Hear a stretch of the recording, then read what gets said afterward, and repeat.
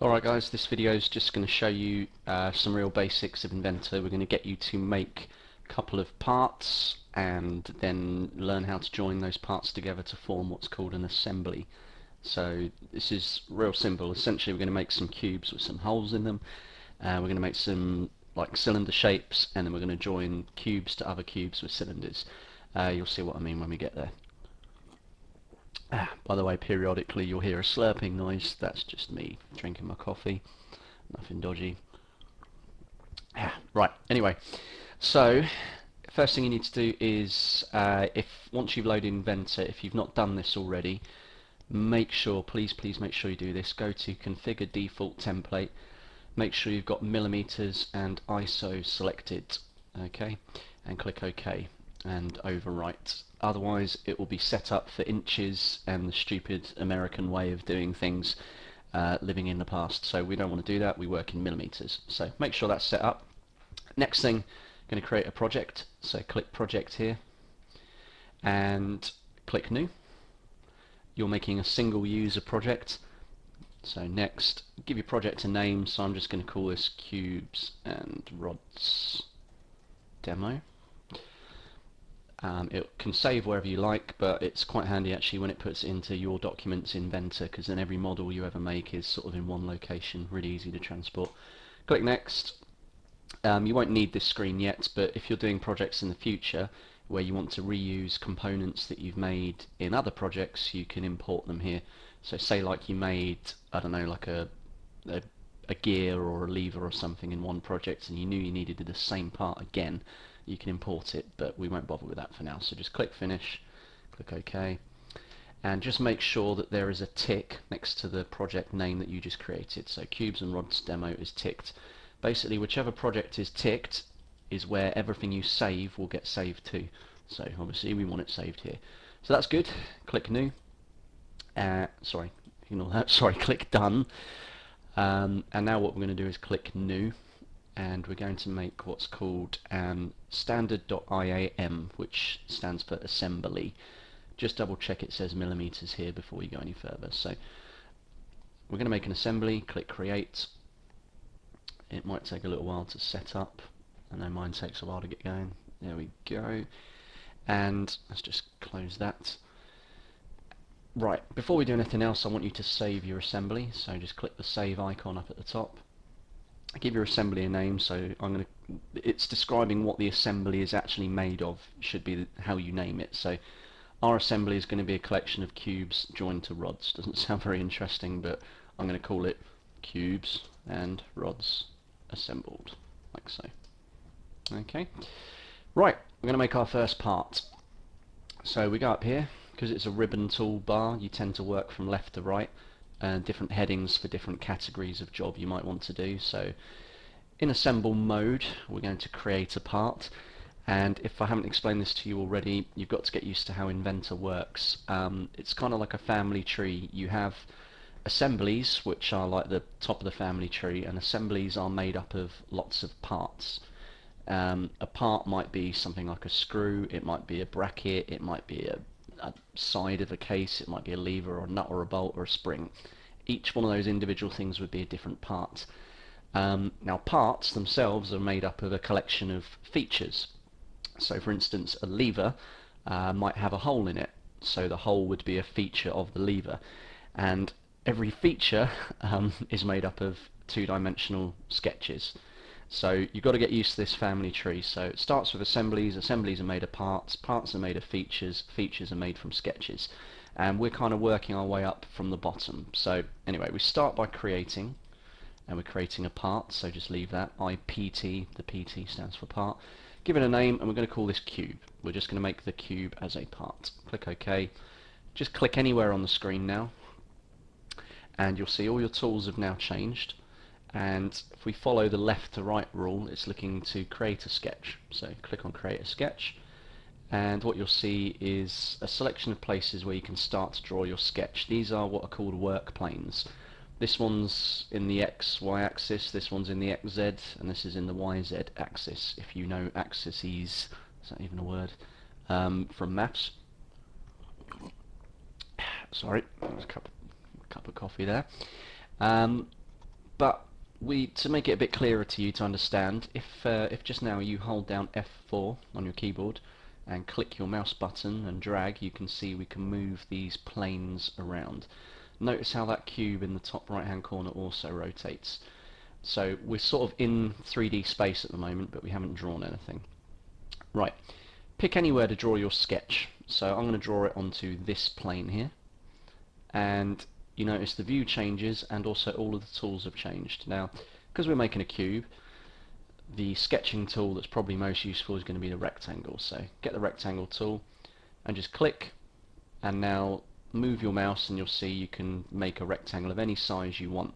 Now you could spend ages faffing around trying to get the numbers to exactly what you wanted, or you could just type them. So I want 100 by 100 square, which will become 100 by 100 by 100 cube, so type 100, and then if you press tab it will jump to the other dimension and type 100 again, and then just hit enter. Now you'll probably see it's gone off the screen here. There are two things you can do. You can either scroll the mouse wheel in and out to zoom out, and then you can click the mouse wheel in to pan it into the middle of the picture, like so. So just adjust your view so you can see what's going on. Or you could just go over here and click that one there called Zoom All. That will just fit everything to your screen for you. It's the lazy man's option. This coffee is going down very well. Right, we're going to turn this into a cube now. So just to prove that this is two-dimensional, if you do the old trick of hold down F4 again, click and drag, you'll see we've got a two-dimensional rectangle in 3D space. Okay, it's a bit like a sheet of paper at the moment. We now need to make that three-dimensional, so we need to tell the program that we've finished sketching, and the way you do that is you can either tick up here, finish sketch. Do you remember the whole left to right issue? Do what you need and then finish, or you can shortcut is to right click and finish the sketch. Right, so now all the tools are changed again, we're in assembly mode. So what you're now going to do is create what's called an extrusion. Anytime you make a part three-dimensional, you're extruding it. So there's your extrude tool, and it automatically knows, because you've only drawn one outline, it knows what to extrude. And we want to make this a cube, so you could drag this arrow here and drag it up. You could type in 100 millimeters in that box, or sorry, 100 millimeters. There we go. Or you could type it in this box. Just a little note on these things. These little arrows here just change which direction. So if I click that one, it will do 100 downwards. That does 100 up. This one does 100 symmetrical, so it would have done 50 up and 50 down. That one asymmetric. I'm not really sure what that does. It just I think you can have an unbalanced amount. Either way, one of these first two will do fine. Okay, so click OK. Check with F4 by holding down F4. You've made a cube. Epic. Remember, get used to the whole clicking and dragging with the middle mouse button with the scroll wheel, zooming in and out. It's good to get used to 3D space. I prefer to have one hand sort of hovered above the keyboard and over F4 for my manipulating the view. Some people like to use the cube up here. You can click the cube and adjust your view. You can sort of click on a corner if you want an isometric, or on the top if you want a 2D view. You can rotate it by clicking these, whatever you want to do. It's quite cool. Right, now that is just to show you a little bit about what we've done. We've made a part, and this part is called the cube, and we've got this family tree on the left. That cube is made up of an extrusion, and if we click the plus next to extrusion, that extrusion was made from a sketch. So do you remember that family tree I told you? Sketch makes feature, which is what the extrusion is. The feature all together become a part. The part then belongs to an assembly, so that's where our title is. Okay, so I hope this is making a bit more sense now. Before we finish this part, we're going to add some new features to it, and those features are going to be some holes, basically, because we're going to put some rods through it. So what I'd like you to do, pick any face you like and click on it. Doesn't matter which. I'm going to pick the top one, and working from left to right again on the ribbon, we're going to create a 2D sketch. You might have noticed there's also shortcuts here, but only use them when you get more confident with the program. So create a sketch, and we've created it on that top. By the way, if I just go back, you don't have to click and then do sketch. You can just click sketch and then choose where you want to draw your sketch. Doesn't really matter, whichever way you want. So draw a sketch somewhere, and now what we're going to do is make a hole dead in the center of this. Now we're going to use the circle tool.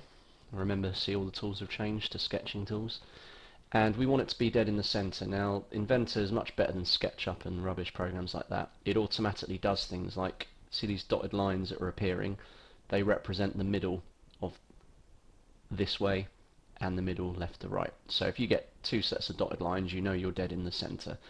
Likewise, if you're moving along a line, you'll see the cursor goes to a green blob. That means you're in the center. That green blob means you're on the corner. It's actually just really handy for drawing things quickly, so just pay attention to those little tips as you get them. So we're going to find the center, which must be there. Click, and I want you to just make a 50mm diameter circle. Okay. Right, what we're now going to do is we're going to extrude that. So we need to finish sketching. So finish 2D sketch. I'm going to click extrude. See, all the tools have changed back. Just before I click, so you start working a bit faster in this program, every command has a keyboard shortcut, or most of them. So if I look at extrude, can you see it says E next to extrude? Revolve has R, loft, I think you'd think has a weird combo, Control Shift L. But there are keyboard shortcuts, which makes doing this whole 3D thing a lot quicker when you get practiced. So press E now for extrude. See, the extrude window comes up. Now you'll see you kind of work from left to right again. We're looking for a profile. It's asking, the program doesn't know which bit you want to do. It's saying, do you want to extrude this piece here, or do you want to extrude that bit there? So we want to extrude the hole, so choose the hole. Now by default it's gone, well, you must want to bring that hole up and turn it into a rod. Well, actually no, I want to make a cut, and that's where these middle tools come in. So you can cut into the object by 100, and now you'll see it's making a hole through it. You've got intersect, which you very, very rarely use. That kind of basically makes the hole become the solid and the square become nothing, which I can't really see a point why you'd want to use that. But we're going to do a cut, and we're going to sink. We're just going to go 20mm in. So type 20, and there we go. Click OK, and that will have made a 20mm deep cut. Right, your job now is to go and repeat that and make a circle 50mm diameter and 20mm deep in every face of the cube. Right, you can watch me doing it again if you need some practice, or you can just pause the video, get on with it yourself. I'm going to shut up while I do it and just watch how quick I can do it, because I'm a pro and big-headed.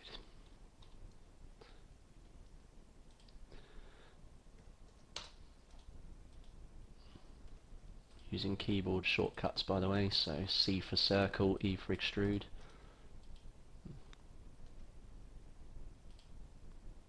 Type the numbers.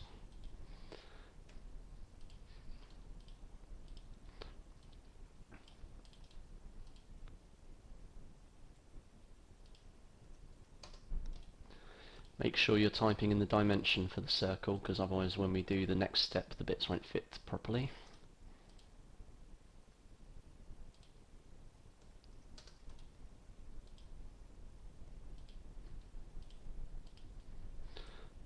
Okay, nearly there.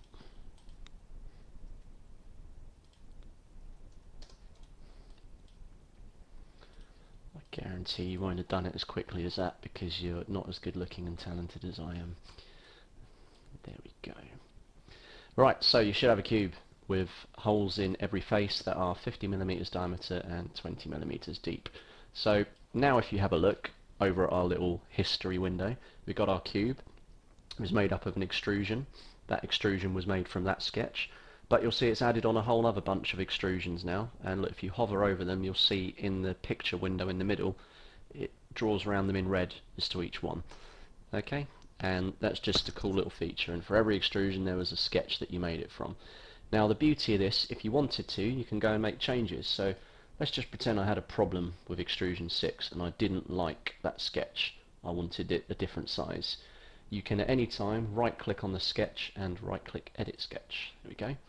And you can change it. So let's make this one 75 instead. Okay. Made a change to the sketch, so now I click finish sketch. and automatically the extrusion updates in sympathy. Okay. Likewise, I could do that to the whole cube if I wanted. I could go back to extrusion 1 was the whole rectangle, click the plus, here's the sketch, edit the sketch, I don't know, let's make it a 200 by 200. Oh, 200, here's a cool little tip as well. You can make one dimension equal another, so if I click that dimension and just type equals and then click on that dimension, so this dimension equals dimension 0, they will match. And for instance, if I change that to 300, they both become 300. Just a cool little tip you might use later. Anyway, finish the sketch. There we go. Now obviously all the circles are no longer in the center, but that's what you expect. So I'm just going to undo all those steps. Control Z, by the way, on the keyboard. Get used to using that. It will skip back up to sort of 50 different steps, which is really useful if you make a major mistake. So you've made your cube. You've learned about the history tree here and how to make changes.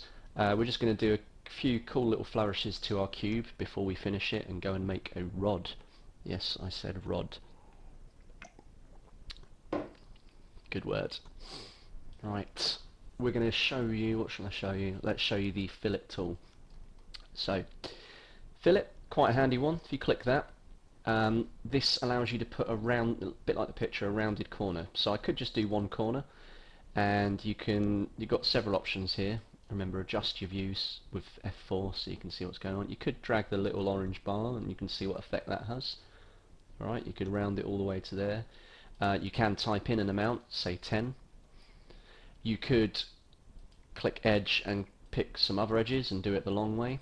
Or there are some time-saving things. If you click loop, for instance, it will pick out a whole outline like that. If you pick feature, it will do everything. Okay, so in this case I wanted you to round every edge of this, and let's pick a number, so let's round it to 15. So I used feature and clicked on an edge and then chose 15 and click apply.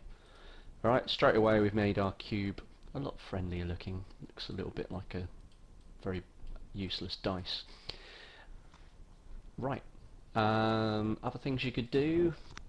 Why not put a thread in each of the holes? It's just a cosmetic thread, so a bit like for putting a screw in. So you've got the thread tool, and it takes a while to load. Alright, now it's just saying tell me the face. So there's your face, you put a thread in. You can mess with all sorts of things here. You can tell it what type of thread, how many coils on the thread, whatever, but just leave it as default. It's just cosmetic, it doesn't actually cut a thread. So just click apply. This is just useful when you're making your drawings to show, right, I need to put a hole in there and it needs to be threaded. Okay. So we've got the thread tool, which is quite handy. Did I get all of them? I think I did. Okay. Another thing which you'll find really useful is the the ability to change the appearance of the object. So if you go up to here, you've got a whole bunch. You've got Autodesk appearances, Inventor material. You can try these different categories, but within each of them is a whole host of materials. For instance, I could make this aluminium polished, so it goes all shiny. I could make it blue, like gloss. I could make it canary, whatever the hell that is. There we go. I'm going to make mine copper polished. Oh, look at that, pimping. Alright, so I've got my copper polished cube. If you wanted to, by the way, you can colour individual faces. So for instance, if I wanted the bottoms of the holes painted black, I can select the hole, right click on it, go to properties, and then I can choose the colour here for an individual face. Alright, so maybe experiment with that, pimp out your colours, do whatever you like. I'm just going to hold down shift and select all the bottoms of the holes. Remember, keep adjusting your view with F4 so you can get everything. Shift is great for selecting multiple things. Alright, we've got them all, right click on it, properties, and then black. Okay. Apparently that didn't work. Oh, it did, it just took a while to update. Right, so there we go, one pimping random cube. So we're finished with this cube. It's good practice to click save. By the way, experiment, there's a whole bunch of other tools up here, but I'll show you how to use things like sweep and revolve in a different video. But we're finished with our part, and now we need to make a brand new part. So what we do is we click return, or you can right click and go finish edit. Let's click return, and you'll see all the tools are changed, and we're now back in. Notice how this is not grey anymore. We're back in assembly mode, and we've got the option to create another part. So that's what we're going to do. Going to click create. Asks for a name, so let's call this rod. We can call it shaft, whatever dodgy sounding name you like. I'm going to click rod, and it's asking again, click to draw it. I'm just going to click anywhere. I'm crazy like that. It's asking us for a sketch. Click the sketch tool, and you need to tell it where you want to draw your sketch. Now it doesn't actually matter which of these you pick at the moment, you can pick any of them, so go crazy. Let's go for this one. All it does is it orientates your view to whichever of those planes you picked. Right, time for a slurp of coffee. Okay, so I'm just going to make a rod now, and I want you to make it with a circle, so draw a circle. Now it's going to fit in the hole we made on here, so that was 50. This is why dimensions are important. And that'll do for now. Let's make it a hollow rod, just for fun, because you know we don't have enough fun doing Inventor, do we? So draw another circle in the middle. Let's make this one 25. Okay. Right click, finish sketch. Now we've got a 2D sketch, but we've got to turn it into a part. So what do? We extrude. So I'm going to press, you can either click it or press E to extrude. And again, now it's because it doesn't know, do you want that bit or do you want that bit? It's giving you a choice. So choose the bit you want to extrude, which is that. And let's make this 300. Let's do it a bit more. Let's do 400 long. Okay. Click the tick. Good. Right, we've made our shaft, or your rod, whatever you want to call it. I'm going to put a thread on each end because we were going to screw it into these bits here, so let's get our thread tool. Now, it's asking for the face. Now at the moment, if I click that, it's going to do the whole object. We don't want to do the full length. Let's just untick full length, and let's choose a length of 20, because that's how deep I made these holes. You can just about see the thread here appearing. Click apply. You can do a thread on that end as well. Click apply. So thread both ends of it. While we're there, it'd be good engineering practice if you were to put this on the lathe, you just round the corners off. So let's fillet it. So by the way, look, so you got your extrusion in your history, your thread. Look, there's the sketch that the extrusion was made from. Get used to that, because it will be more helpful later on when you're building more complicated things, because you're actually going to have to go in here and edit as you go. Fillet. There we go. Pick the ends. Let's go with that end, and let's put, I don't know, maybe a 3mm fillet on there, just round the ends a bit. Okay, that would just make it, whenever you're putting a threaded object in it, and make it insert into there easier. Right, change the material, whatever you like, I don't really care. I'm going to go with polished aluminium for mine. And we're now done with this part. It was a lot simpler than the other one, so we click return. Right, so now we're in assembly mode, and we've got a rod, and we've got a cube, and we're actually going to now, rather than redraw everything, we're just going to replicate these and join them together and show you how to put them together. So, good chance now to click save, yes to all, and OK. Do save first, and we're just going to go and place some more cubes. I'm going to put in another 3 cubes and another 3 rods. So go to place. You can select more than one thing at once, so let's click a cube, hold down shift and click a rod. You can actually put an assembly within another assembly as well. So say you had like a, I don't know, a gearbox on a car is made up of lots of parts, but a gearbox is an assembly, but then a car is also an assembly, so you can have assemblies within assemblies. So let's pick those two, cube and rod, open, and you'll see you can just click, click, click as many times as you want. I'm going to put 3 of each, so right click and click OK when you're done. And now you're thinking, well great, I've now got a load of rods and a load of cubes, and I can move them all around, but they sort of pass through each other, they're not really joined, and I'm going to join them into a kind of arrangement. You'll notice, by the way, the original cube you drew, you can't move that. If you want to make it movable, just click on it, and now right click on it and untick grounded, and then you can drag it around. The program likes to ground the very first part you make in 3D. Remember, get used to your whole rotating view thing. Right, so we're going to now join these together, and we're going to use the constrain tool. Now this is only ever used really when you're assembling parts, and what it allows you to do is join things. So we know like this rod has got to fit into that hole. This will tell the 3D program how to do that. So you can either press C for constrain if you're getting slick with a keyboard, or you can click the icon, whatever you want. And we've got all sorts of options here. We'll get into some of these later on, but today for this exercise we're purely going to use a mate type of constraint. Mate means to join together, and we've got two options. We can mate where we make one face. What it means by face is this red bit here touch another face, as though they're kissing, or we can make faces sort of align with each other. I hope those pictures illustrate to you what they're going to do. It'll make more sense in a minute. So I'm going to use this one, and what I'm going to do is I'm going to hover over my circle, and you see this dotted line through the middle. That means I'm selecting the roundness of it, so I'm selecting the outside, and I want that to fit into this hole here. And so I'm going to hover until I get that dotted line appear again there, and just click again. And you'll hear a little ping, and what you'll see is it spun that rod around to line up with that hole. So click apply, and just have a play now. What you notice is you can actually push that rod through there. I'll get some of you getting very excited by this. But they're still not quite right. That's still free to pass through it, which would never happen in real life. But you'll notice you can't move this one. It's now bonded. This outer skin is bonded to that inner hole there.